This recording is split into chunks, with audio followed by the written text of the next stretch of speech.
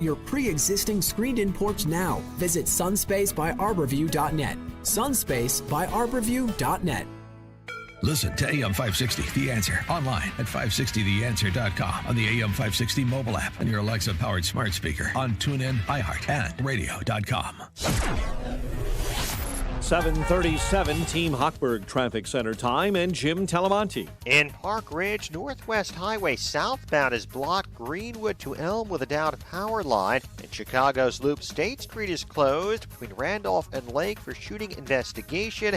This had the outbound Stevenson closed from the Ryan to Western, but it's reopened and traffic has lightened to the Stevenson now. From 355 to Lakeshore Drive is 32 minutes. This had especially affected the Ryan, which still has delays starting around 47th, 30 minutes 95th to downtown. The northbound Tri-State is jammed, 87th to the Stevenson. The ramp to northbound I-55 is blocked with a crash and vehicle fire. Farther north, it's heavy from the Grand Avenue curve to the O'Hare Oasis after a crash. That's traffic. I'm Jim Talamonte on AM 560 The Answer. Chicago's Morning Answer continues next. In our 1-hour heating and air conditioning weather center, a warm day ahead. We'll have plenty of sunshine and a high of 88. Mainly clear, 66 overnight. Hot, clouds and sunshine tomorrow, high 92. Currently 72 at O'Hare. Your next news update is at 8. And Chicago's Morning Answer with Dan and Amy continues next on AM 560, The Answer. This hourly segment is brought to you by Papa Nicholas Coffee. Papa Nicholas Coffee, a family tradition since 1897. Only the biggest stories, only the biggest guests, and only the biggest opinions. This is AM 560, The Answer.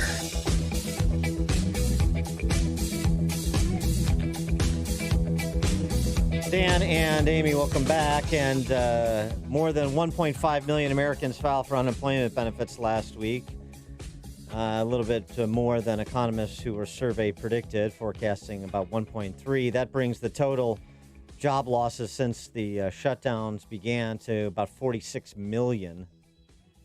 And it also indicates that, the damage to be visited upon individuals in the American economy in the macro level is far from over, although the slight silver lining, it marks the 11th straight weekly decline of Americans seeking jobless benefits since claims peaked at the end of March. But, okay, it's declining, but those are still substantial numbers, and the aggregate numbers are astounding, frankly. So I don't know. I'm not one given to fits of frenzy, but when you're talking about states that have 20 and 30% unemployment rates, oh my gosh. and you're talking about even the perhaps rosy prediction from the Fed of 9.3% unemployment at the end of the year. That's how low we may be able to get to their sort of best case scenario. That is substantial. That is a lot of economic devastation for what looks to be an extended period of time. This is not inconsequential, and it's not nearly enough a part of the discussion about COVID-19 policymaking as it should be, in my view. But what do I know? I'm just a guy who talks on the radio.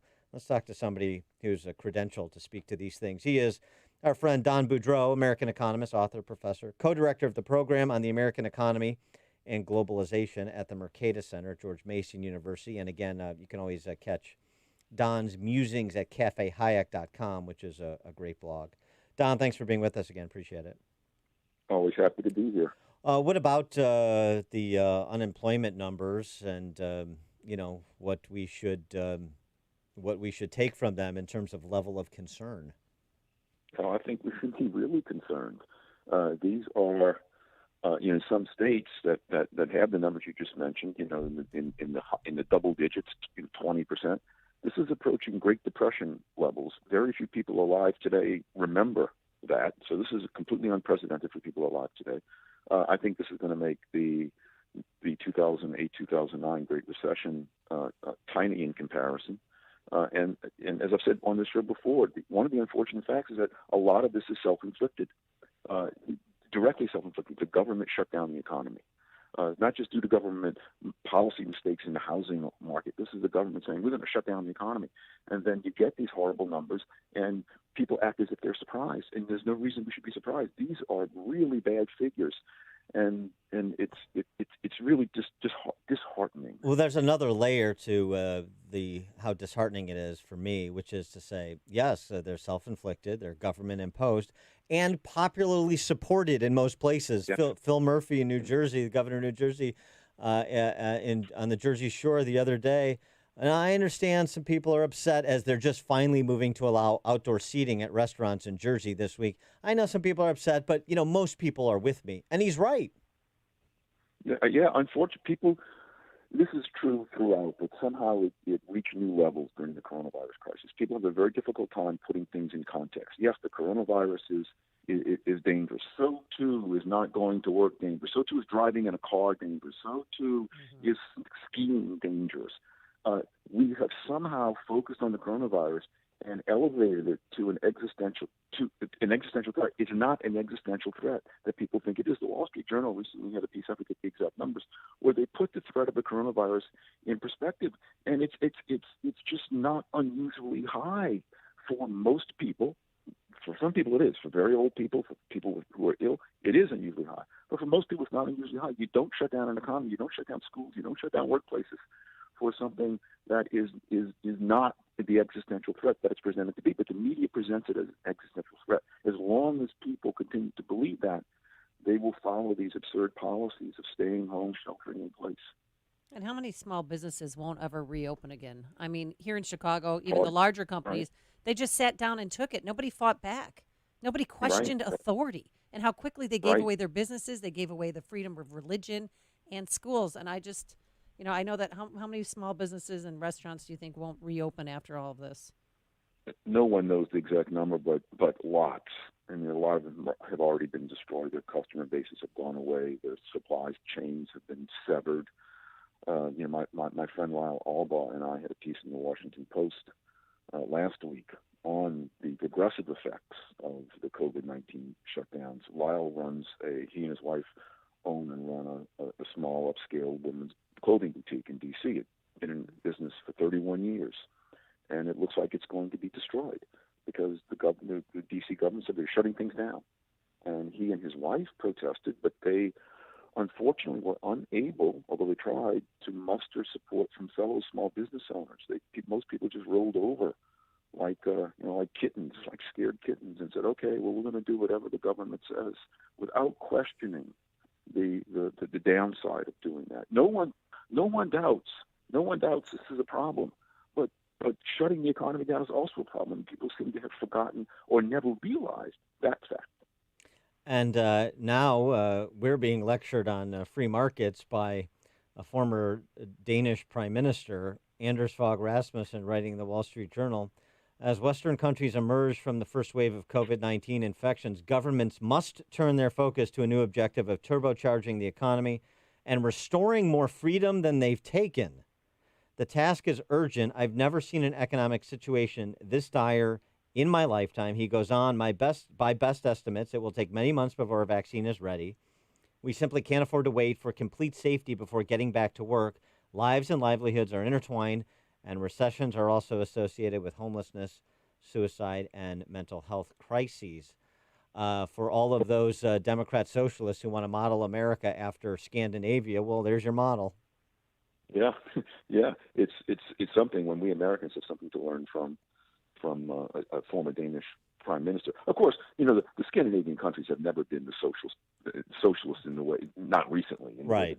Sanders portrayed them as being. I think one of the best analogies that I've ever seen about this comes from another Wall Street Journal person, Holman Jenkins, who many weeks ago said, "Look, you can't. A good model for going forward is not put your head into a tank of water and you're safe for as long as your head's in a tank of water, but as soon as you come up, there's a danger." Right? That's just not a way to go, and that's the impression that we have now. The government seems to think that we can just shut down, somehow wait for the thing to go away, or some vaccine will arise. We can't depend upon a vaccine rising. We have to get on about our regular lives, and have decentralized means of dealing with this virus. Let people who are truly vulnerable be isolated. They can isolate themselves. We can help them isolate, but you don't shut down an economy wholesale, and that's what happened. It's just a calamity.